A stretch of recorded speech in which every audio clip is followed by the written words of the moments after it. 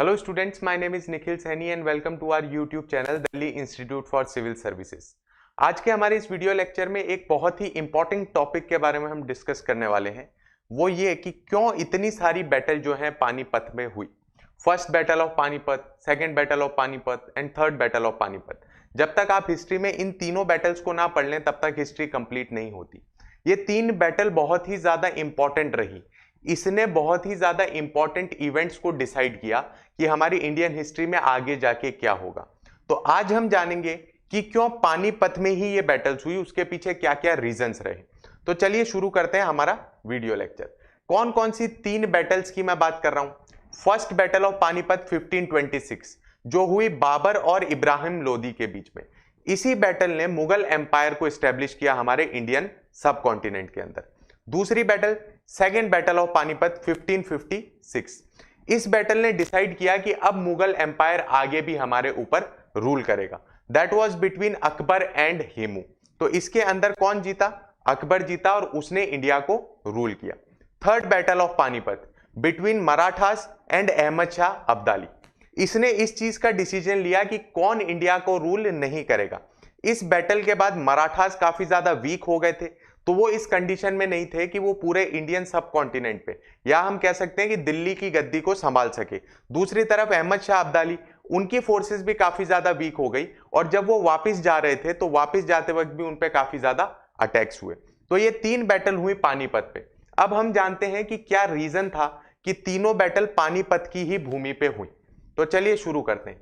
So first reason was that this was the strategic location. किस तरीके से मैं बता रहा हूं उसे समझने की कोशिश करिएगा। पहली चीज तो ये रहा काबुल और ये रहा खैबर पास।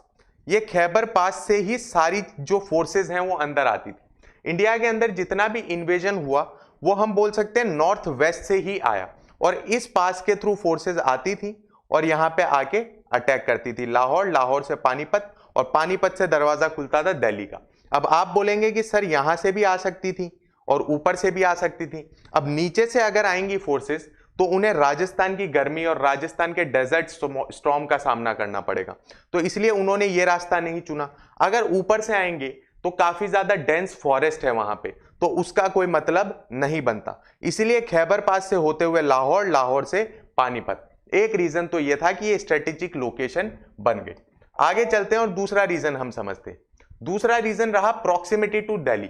जहां पे भी आप युद्ध लड़ना चाहते हैं, ठीक है, आप ऐसी ही जगह चुनेंगे जिससे आप वाकिफ हो। आप कोई अनजान जगह जाके कोई भी वॉर नहीं लड़ेंगे। तो दिल्ली के जो रूलर्स थे वो यहां से यही चाहते थे कि जितनी पास हो सके और जितनी सही हो सके जगह वहीं पे जाके हम जो है युद्ध लड़े। दूसरी चीज, पानीपत का जो ग्राउंड था वो फ्लैट था। अब यहां पे एक चीज आती है सप्लाई चेन। क्या आती है? Supply chain. सप्लाई चेन बहुत इंपॉर्टेंट हो जाती है किसी भी वॉर में।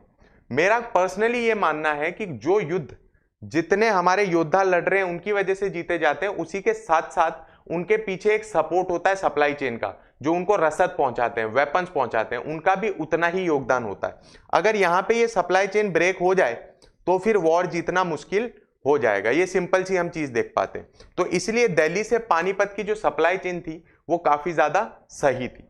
अगला रीजन जानते हैं और डिस्कस करते हैं कि अगला रीजन क्या हो सकता है। Grand trunk road built by Sher Shah Suri. हम सबने ये पढ़ी है कि शेरशाह सूरी ने क्या बनाई? जीटी रोड बने। अब यहां पे आप देख सकते हैं काबुल से शुरू हो रही है और कोलकाता तक उन्होंने कंप्लीट इस रोड को बिल्ड किया। इसी रोड ने क्या किया? Means of transport and communication fast कर दिया। अब आप उसी रास्ते से जाएंगे जहां से आप पहले गुजर चुके हैं, तो सीधे आते थे और यहीं पे पड़ जाता था पानीपत। पानीपत पे दिल्ली की फोर्सेस इंतजार कर रही होती थी उनका। रीजन बीइंग क्योंकि दिल्ली से एक सेफ डिस्टेंस आ गया और वहां पे फ्लैट ग्राउंड था, सप्लाई चेन भी बढ़िया हो गई और उधर से आने वाले भी खैबर पास से होते हुए, लाहौर से होते हुए सीधे पानीपत वाले रास्ते से आ रहे थे। तो दोनों यहां पे मीट करते थे, दोनों यहां पे मिलते थे ताकि युद्ध किया जा सके। आगे चलते हैं और बाकी रीजन हम जानते हैं एक एक करके। पहली चीज तो फ्लैट ग्राउंड। उस समय पे घुड़सवार ज्यादा हुआ करते थे, ठीक है, और उसके लिए हमें चाहिए फ्लैट ग्राउंड्स। क्या घोड़े दौड़ पाएंगे पहाड़ों में? क्या रेगिस्तान में घोड़े काम कर पाएंगे? नहीं कर पाएंगे। इसलिए जो फ्लैट ग्राउंड था ये सूटेबल था। दूसरी चीज, यहाँ पे जो मॉनसून की ड्यूरेशन थी वो काफी ज्यादा छोटी थी। अब पानी में युद्ध लड़ेंगे तो मजा थोड़ी आएगा, उसके लिए चाहिए हमें शांत वातावरण। अब इसी के लिए जो मॉनसून रेनफॉल थी वो काफी शॉर्ट पीरियड ऑफ टाइम के लिए हुआ करती थी। तो यहाँ पे एक रीजन ये बना कि दोनों ने यहाँ पे युद्ध लड़ना प्रिफर किया। तीसरा, artisan and Smiths were expert in making warfare related materials. इसके दो कारण मैं आपको बता सकता हूं। पहला तो ये कि जहां पे ज्यादा युद्ध होते हैं वहां पे ऑटोमेटिकली इस तरीके का पेशा लोग लेने लगते हैं। दूसरी चीज, ये एरिया ऑलरेडी उन आर्टिशियन से और उन कारीगरों से भरा हुआ था जो कि क्या है, वॉरफेयर रिलेटेड मटेरियल्स बनाते थे, जैसे कि तलवार हो गई, ढाल हो गई, भाला हो गए। तो ये सारी चीजें यहाँ पे सूटेबल थी। और इसी के तरीके से हम कह सकते हैं कि जो आने वाले लोग हैं वो भी उसी रास्ते से आते थे, और जो दिल्ली में गवर्न कर रहे हैं, दिल्ली की सत्ता जिसके पास है, वो भी यही चाहते थे कि एक सेफ डिस्टेंस मेंटेन किया जाए, सप्लाई चेन को सुरक्षित रखा जाए, और हम जो है पानीपत के ग्राउंड पे बैटल लड़े। So these were the all reasons why Panipat was preferred to fight the battles. I hope you liked this video lecture. Please like, share and subscribe our YouTube channel. Thank you.